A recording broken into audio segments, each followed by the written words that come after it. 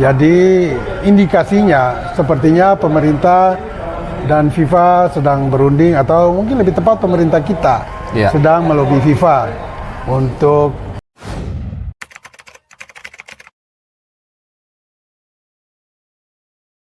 Oke teman-teman semua, seperti biasa kita kembali akan membahas sepak bola dan masih dengan tema yang sangat hangat. Tapi kali ini kita lebih hangat lagi suasananya karena saya bukan kedatangan, tapi saya mendatangi senior saya yang luar biasa dan juga ini agak dadakan ya. Saya mengontak beliau, kemudian beliau dengan senang hati dan responsif menerima saya untuk berbicara yang lagi seru. Dan saya ternyata sudah saya sudah ada di samping saya wartawan senior ya, yang siapa lagi yang tidak kenal beliau, Bung Yesayas Octavianus atau biasa disapa Bung Yes. Ya, sebenarnya saya mau manggilnya Om.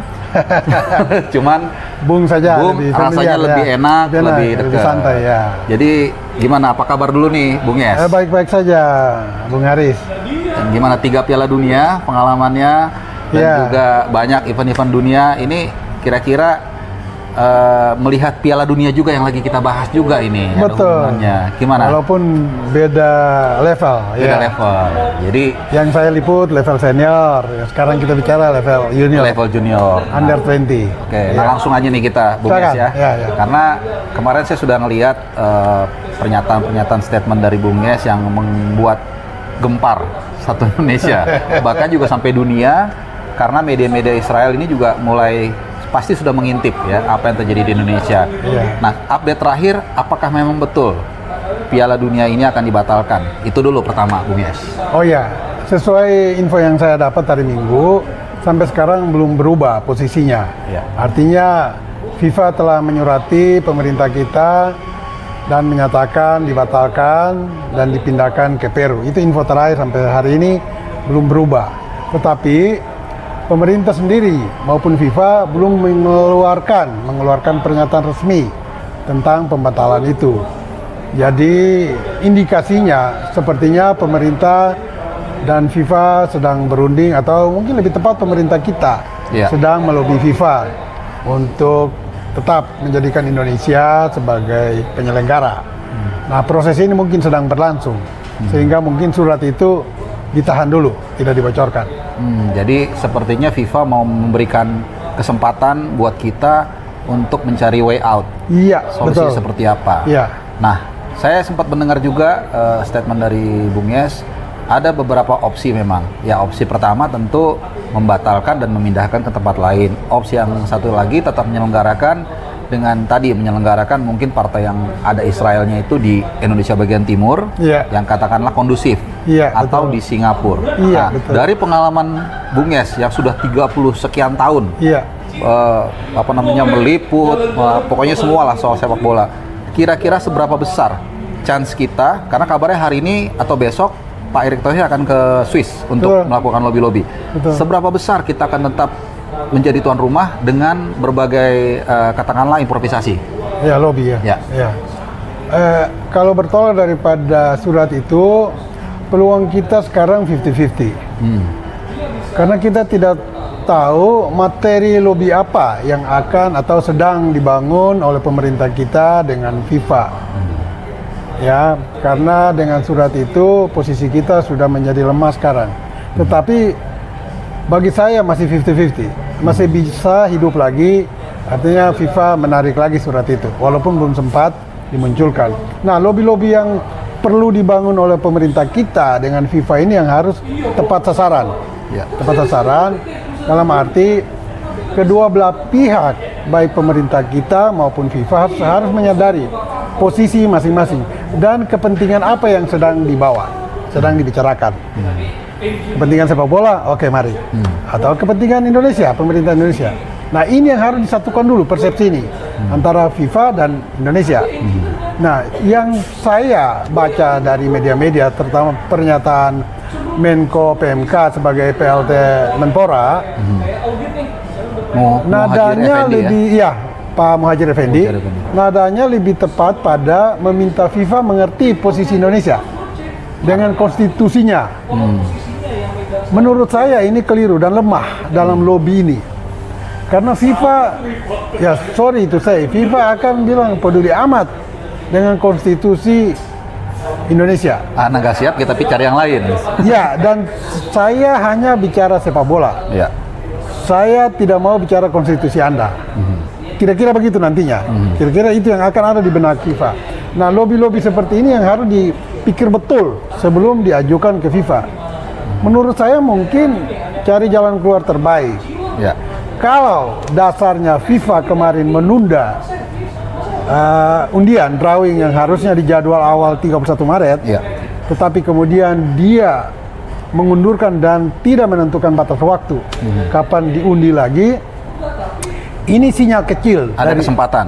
Ya, sinyal walaupun kecil dari ya. FIFA bahwa hati-hati kalau undian saja kalian tidak bisa mendatangkan wakil Israel. Bagaimana dengan event?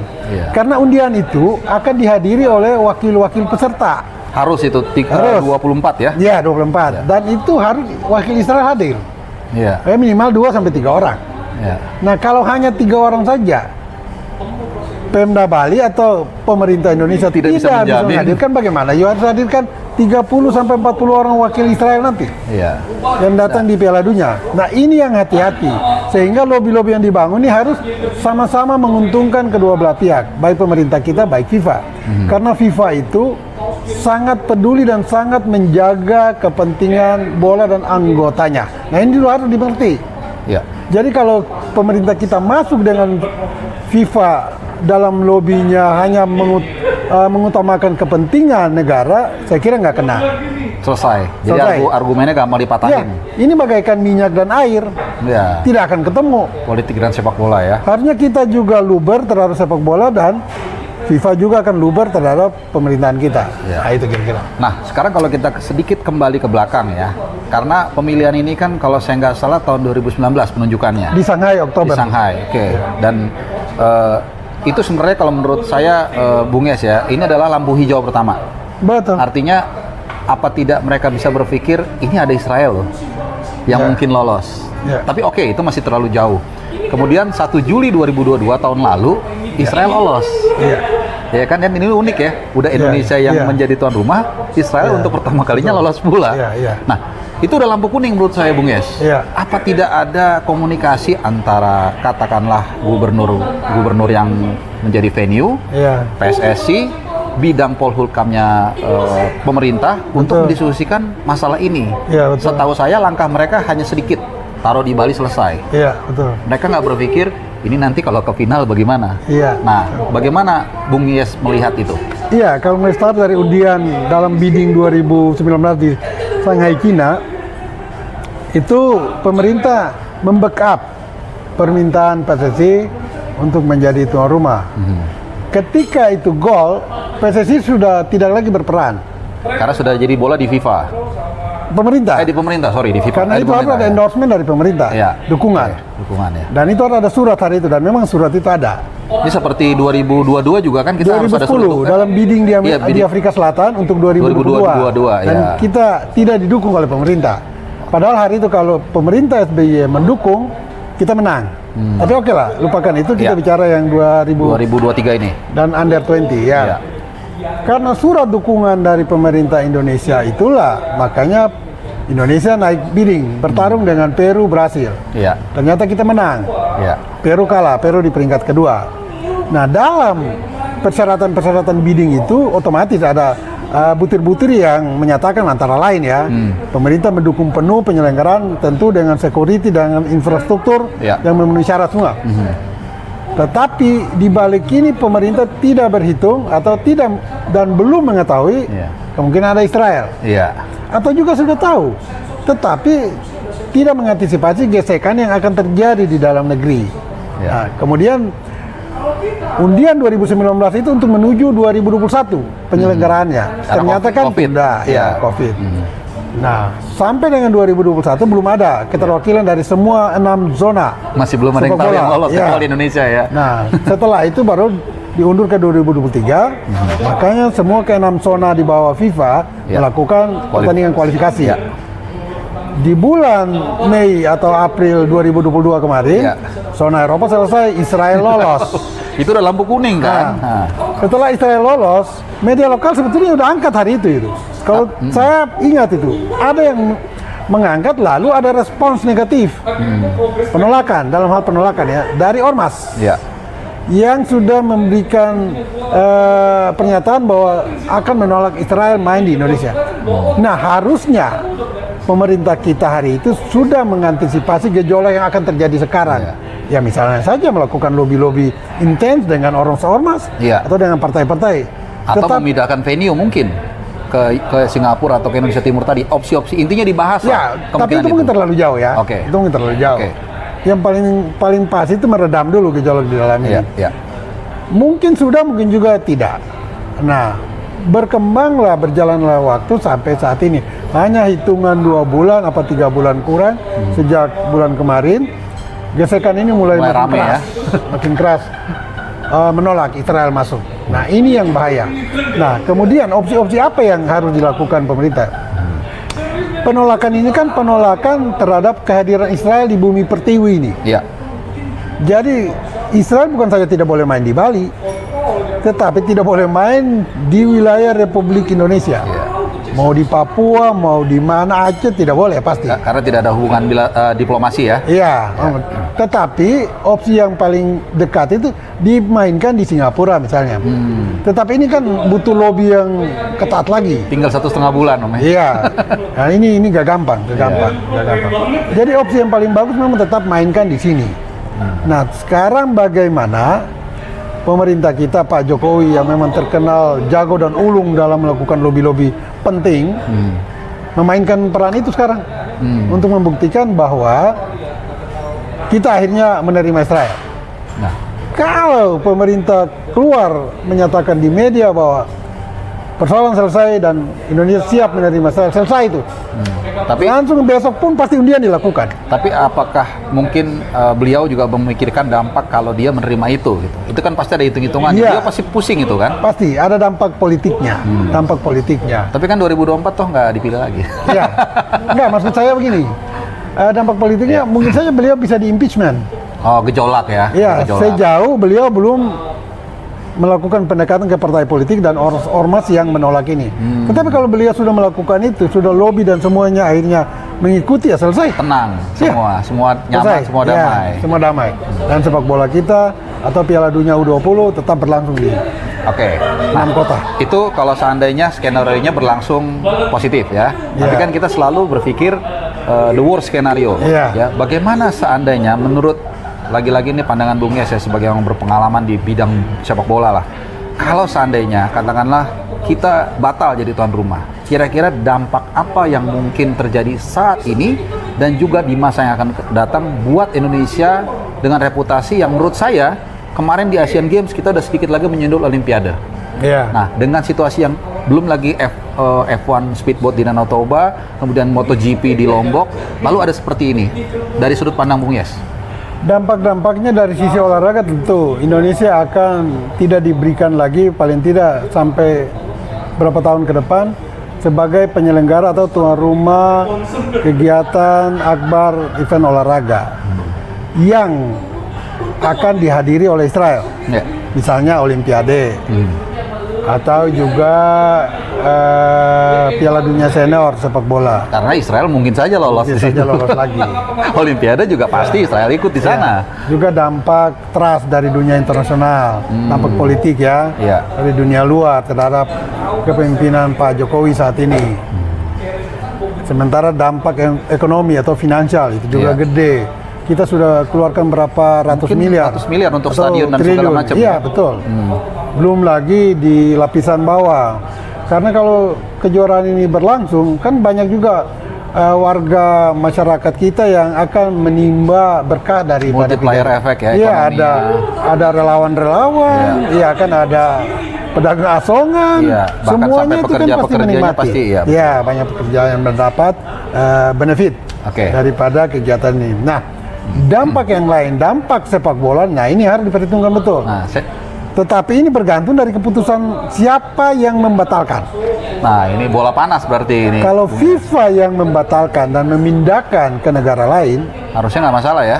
resistensi kita kena ban Kecil. mungkin tidak ada.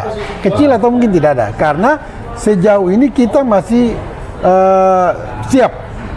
Pemerintah masih siap 100% menyelenggarakan Piala Dunia. Barang ini kan punya FIFA Iya, nih. iya. Kalau FIFA akhirnya bilang, udah gua ambil aja barang gua, ya selesai. Ya. Tapi kalau selama kita bilang, kita masih bisa melindungi barangmu, tapi kalau you mau ambil ya sudah. Apa boleh buat? Berbeda ketika kita bilang, kita nggak sanggup nih lindungi barang kamu. Jadi isu saya ya? kembalikan. Nah itu yang mungkin kena denda. Jadi ini kena hukum. Mungkin kalau teman-teman kita analogikan sederhana ya, Iya, seperti betul. naik Gojek. Iya. Nah, siapa yang cancel ini? Iya. Siapa yang cancel? Itu yang Iya. yang bertanggung jawab. Ya, Kira-kira seperti itu kalau ya. kamu yang cancel ya bayar dong. Ya gitu. Nah, oke, kita tadi bicara sedikit ini waktunya seperti Silakan. janji saya ya. Jadi Silakan, karena Bung Yes habis ini adalah mau interview dengan TV lain. Jadi saya pertanyaan terakhir aja supaya nggak Iya. terlalu mepet. Kita tadi bicara soal eventnya sendiri, tapi kita mungkin jangan melupakan juga dengan core-nya itu sendiri, sepak bola. Iya. Anak-anak yang umurnya 17, 18 tahun, 19 tahun yang bermimpi untuk bisa mendapat pengalaman. Ya ada yang mengatakan begini Bung Yes, kalau nanti main di Piala Dunia juga nggak akan juara, menurut saya itu nggak benar. Ini Betul. kan panggung yang Sepakat. membuat mereka punya pengalaman luar biasa, Iya. bermain dengan Prancis, dengan Italia dan seterusnya. Belum lagi sedikit saya tambahkan, Liga 1 tim-tim banyak berkorban. Iya. Menjadi nomaden, menjadi musafir karena stadionnya harus digunakan untuk persiapan Piala Dunia. Betul, betul. Nah, seberapa besar kerugian ini untuk pelaku-pelaku sepak bola langsung yang memang mereka lah sebenarnya objeknya nih, Bung Yes? Sangat besar ya. Kasihan buat adik-adik kita, anak-anak kita yang sudah dipersiapkan sejak tahun 2021. Betul. Bahkan sebelum itu kan Sebelum sudah itu ada malah. juga Iya. 2019. Iya. Angkatan Elkan Bagot dan Elkan Bagot, teman-teman ya. ya kan. Iya. Itu saja mereka sudah sangat sedih. Sekarang muncul lagi pada generasi 2023 ini. Ya. Saya kira itu merupakan sebuah pengalaman sangat pahit. Kalau memang Khusus dalam batal ya. kehidupan sepak bola mereka. Ya kalau dibatalkan. Total. Nah ini pemerintah juga harus berpikir tentang Iya. anak-anak kita yang berada di lini terdepan Ya. menyangkut kegiatan ini. Karena mereka akan kehilangan sebuah kesempatan besar dalam hidup persepak bolaan mereka ke depannya. Nah, jadi ada juga ya masyarakat menyinggung, mempertanyakan kok ini partai-partai politik, ormas-ormas ini lebih mementingkan sebuah negara yang tidak jelas bagi kita. Tidak jelas dalam hal mungkin hubungan ekonomi. Kok itu yang dibelai, tetapi tidak melihat kesengsaraan atau dampak daripada penolakan ini terhadap pemain-pemain kita. Ini mana yang mau dibela? Negara yang di sana atau bangsa sendiri, pemain kita sendiri. Ya. Kok ini jadi aneh? Nah ini suara-suara di masyarakat yang sekarang berkembang seperti itu. Dan pemain-pemain juga sudah mulai kelihatan ada aroma kekecewaan dan mungkin ya frustasi. Ya. Ya, Ya. itu kira-kira. Dan itu penutup yang pas dari senior saya yang sangat luar biasa karena yang paling kecewa dari kalau memang ini batal adalah pemain itu sendiri. Dan sebelum wawancara ini saya juga sempat melihat Instagram story-nya dari Hoki Caraka.